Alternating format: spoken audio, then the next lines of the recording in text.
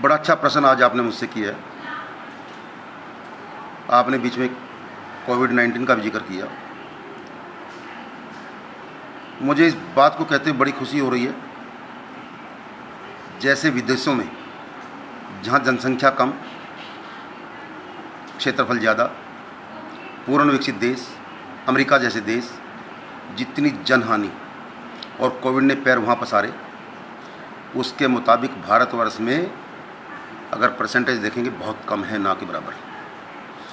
ये मेरे यशस्वी प्रधानमंत्री नरेंद्र मोदी की सूझबूझ, उन्होंने अर्थव्यवस्था की परवाह किए बिना जान है तो जहान है लॉकडाउन का निर्णय लिया। जन जन तक राशन पहुँचे, उसकी व्यवस्था केंद्र से बना के दी। जहाँ तक रहा चिकनगुनिया, मलेरिया और डेंगू का सवाल, मुझे कहते बड़ी खुशी हो रही है। पूर्वी दिल्ली नगर निगम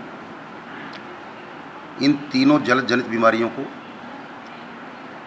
कम करने के लिए, समाप्त करने के लिए पूरी मेहनत करता है।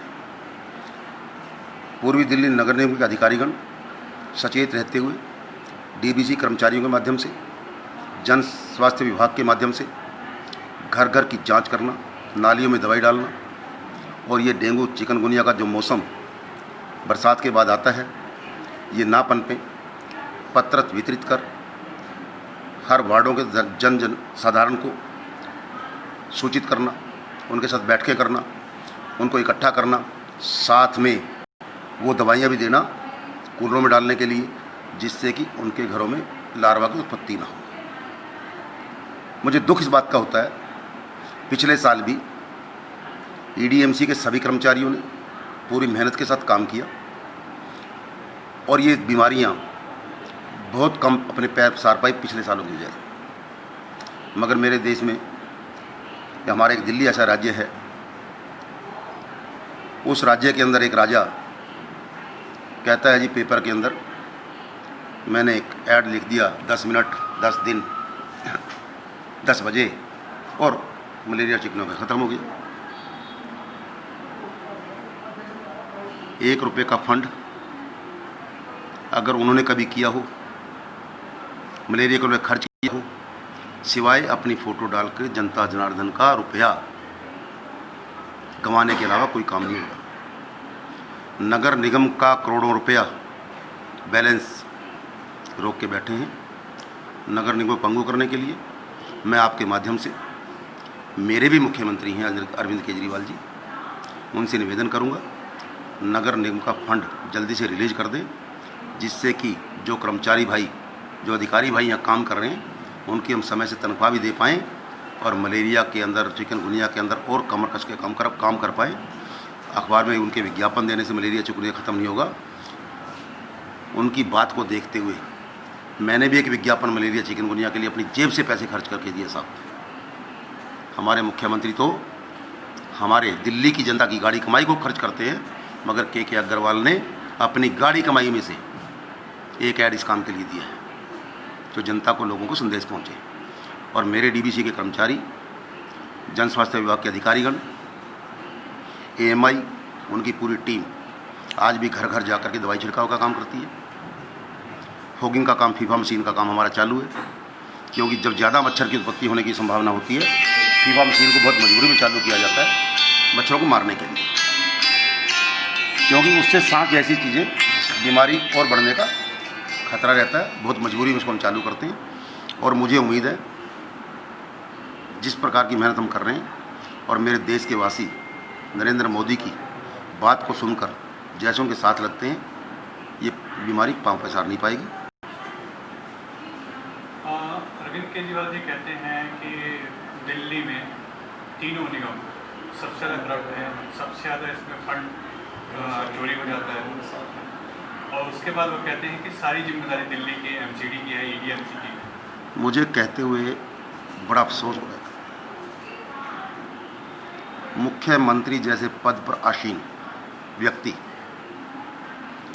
खाली भ्रष्टाचार के आरोप लगा के भागे तो बड़े शर्म की बात है। मैं आदरणीय केजरीवाल जी से अनुरोध करूंगा कि जो वो या उनके मंत्री या उनके पार्टी के कार्यकर्ता आरोप लगाते हैं, कोई सिद्ध करके तो बताएं। पत्थर फेंक के चले जाना, इन बातों से जनता बहकावे में आने वाली नहीं है। अभी तो उन्होंने पोस्टर भी लगाने शुरू कर दिए हैं और डेली के वो करीब 80 लाख रुपए का ऐड दे रहे हैं, तो अपना तो काम वो पूरा करें ईमानदारी से। देखो, सत्ता में है वो, आज दिल्ली के राजा हैं वो, उनके पास पूरा दिल्ली का फंड है, उस फंड को बैठे हैं वो कर सकते हैं। आप तो 80 लाख का बोल रहे हैं, रोज का कर रहे हैं, आप कह रहे हैं मेरे को नहीं पता, हो सकता है 160 लाख का रोज कर दें। भाई, जब वो किसी भी अखबार को, प्रिंट मीडिया को, टीवी को ऐड देंगे तो प्रचार ऑटोमेटिक ज़्यादा करेंगे। मगर ये दिल्ली की जनता इतनी भोली नहीं है कि खाली प्रचार के माध्यम से सब कुछ समझ जाएगी। दिल्ली की जनता बहुत सियानी हो चुकी है, दूसरी बार धोखा खा चुकी है, अब तीसरी बार दिल्ली की जनता धोखा खाने वाली नहीं है। वो तो कह रहे हैं कि तीनों निगम के जितने भी चेयरमैन हैं, जितने भी निगम पार्षद हैं, उनकी वजह से ये सब हो रहा है, उनको इस्तीफा देना चाहिए। वो अपने निगम के विधायक निगम पार्षदों को शायद गिनती में नहीं रखते क्योंकि उनके भी निगम पार्षद एमसीडी में ही हैं। अब मेरी बात का जवाब आपने स्वयं दे दिया, इस बात का जवाब मैं क्यों दूँ आपको? या तो आप मेरे से पूछते कि उनके तो दूध के धुले हैं, तो फिर मैं आपको सवाल का जवाब देता। आज राशन जिन स्कूलों में प्रधानमंत्री जी ने गरीबों को बांटने के लिए दिया था, आज वो राशन स्कूलों में सड़ रहा है। गरीब जनता को बांटने के बजाय वो राशन की फ़ोटो एक स्कूल की मैं आपको दिखा दूंगा अभी, और ऐसे पता नहीं कितने स्कूल हैं।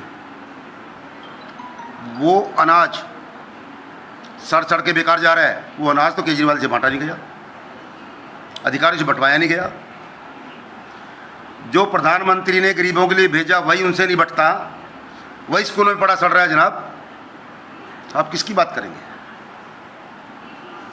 नहीं सर, जो उनके निगम पार्षद हैं वो एरिया तो शायद दिल्ली का टॉप है उनके हिसाब से। देखिए,